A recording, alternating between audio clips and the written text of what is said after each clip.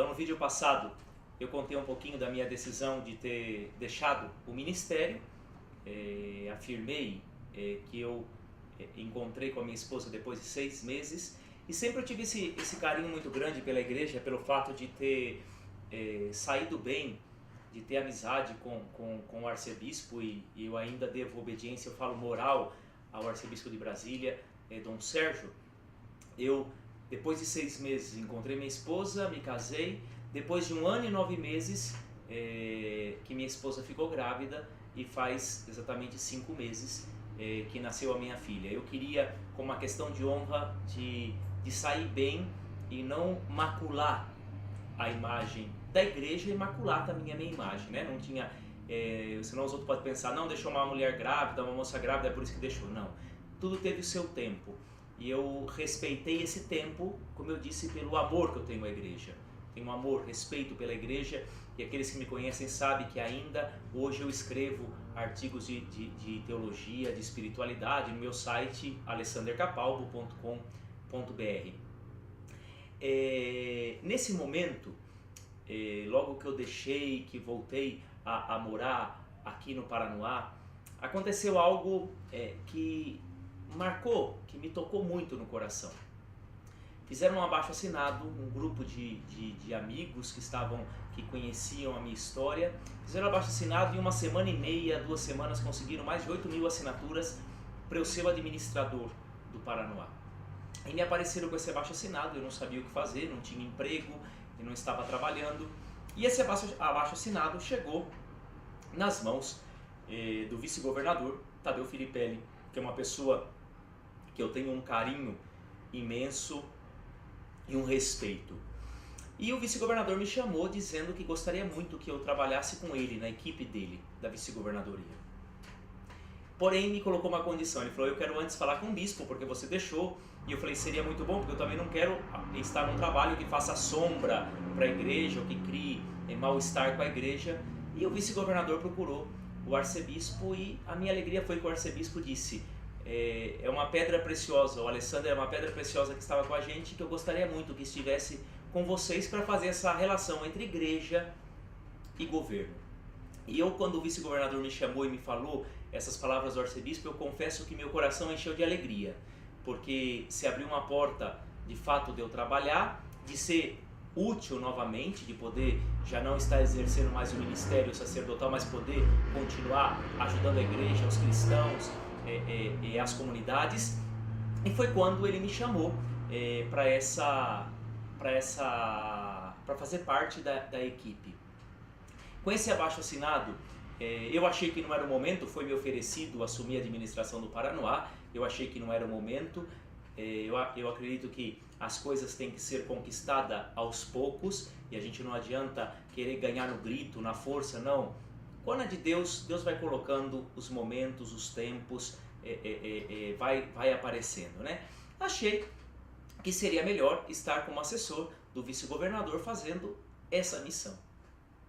E eu falo que aí que eu entrei na política, apesar que aqueles que estão do meu lado falam que eu sempre fui político. E de fato, sempre tive esse espírito, a política está no meu sangue. Quando foi a construção da igreja, das capelas, da creche, sempre tive esse movimento, essa relação com diversos governadores, deputados, senadores, sempre porque sabia que nós precisávamos de recurso para que a igreja fosse construída, para que as capelas fossem construídas, para que a igreja pudesse estar no Paraná de uma forma digna, bonita. E nesse momento, eu, junto com o vice-governador, trabalhando ali com a equipe dele, pensei sim de algum dia entrar de uma forma, podemos assim dizer, mais efetiva. Mas pensei que isso fosse muito pela frente. E nesse momento, nessas eleições, me pediram o meu nome para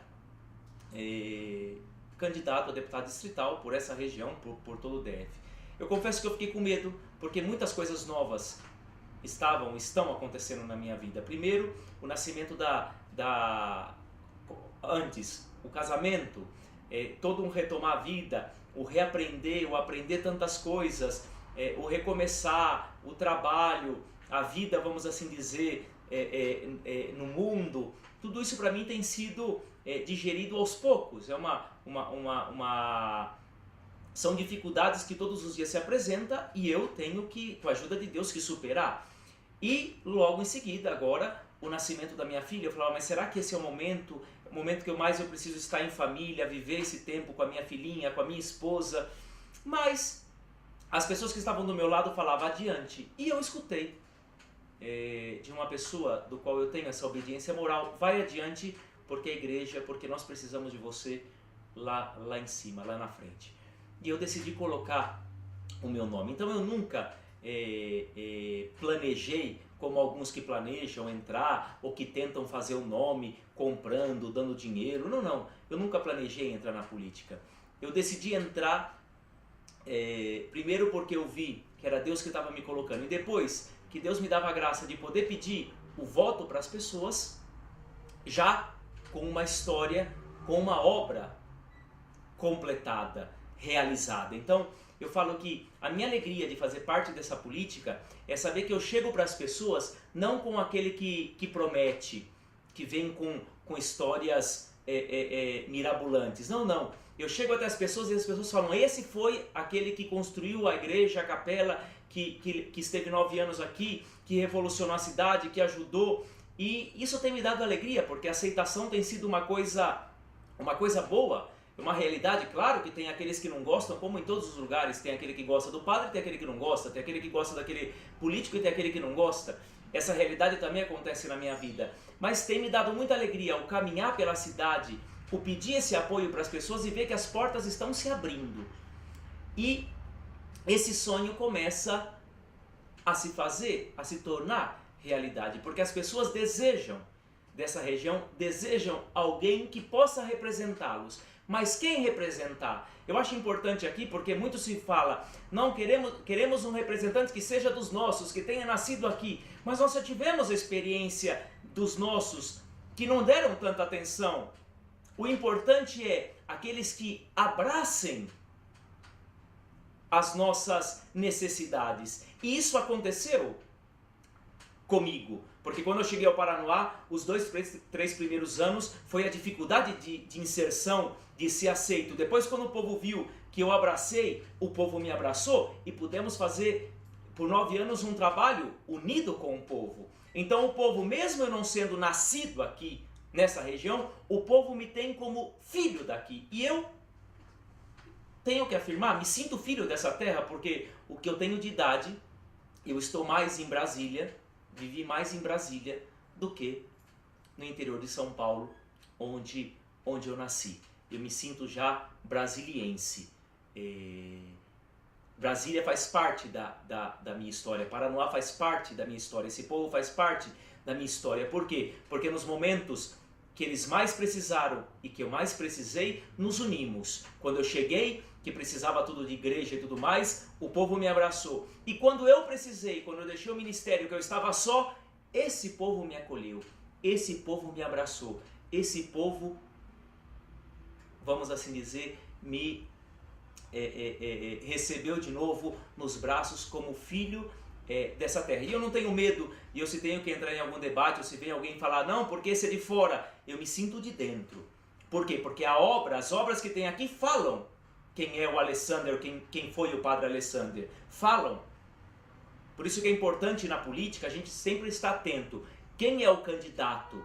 O que esse candidato pensa de tal assunto, de tal realidade? Porque muitas vezes a gente vota simplesmente por aparência, por gosto. Não. Esse candidato, qual é o pensamento dele? Que bandeira ele levanta? O que ele fez pela cidade?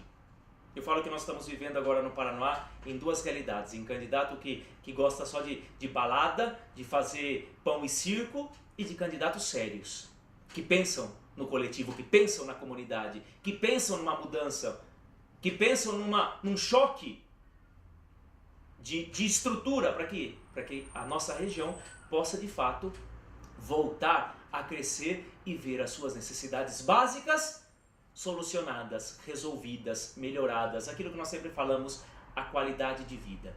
Então essa é um pouquinho a minha história. Assim que eu termino esses 4 blocos de vídeo contando a minha história, no próximo eu quero falar um pouquinho das propostas que eu tenho para Brasília, para o DF, para essa região, o porquê que eu sinto que é importante a gente colocar alguém cristão lá dentro, porque nós os cristãos estamos perdendo espaço nessa sociedade secularizada, pervertida, onde todos os dias é um ataque frontal. Tanto assim que o meu lema para a campanha, para deputado distrital, é família, patrimônio da humanidade. Se tem uma realidade que tem sido combatida nesses últimos anos, tem sido destruída nesses últimos anos, é a família. E quando algum candidato fala, eu sou a favor da família, mas vê aquilo que ele faz, aquilo que ele promove, ele está destruindo a família com certas realidades, com certas festas, com certos eventos, destroem a família. Levam os jovens à droga, à bebida, à promiscuidade.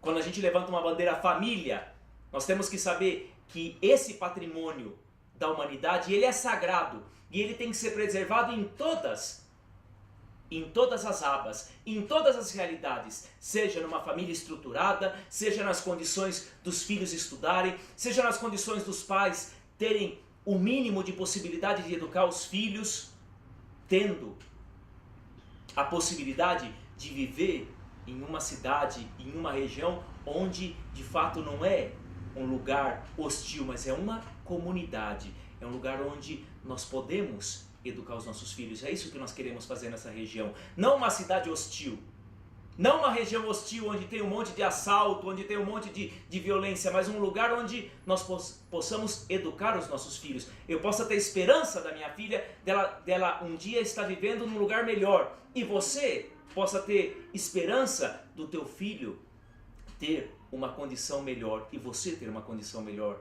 Eu acho que é isso que nós temos que acreditar. O Brasil tem jeito, falava Eduardo Campos antes de morrer no acidente. E eu acredito nisso. O Brasil tem jeito, o Paraná tem jeito, Brasília tem jeito, o Distrito Federal todo tem jeito. Como?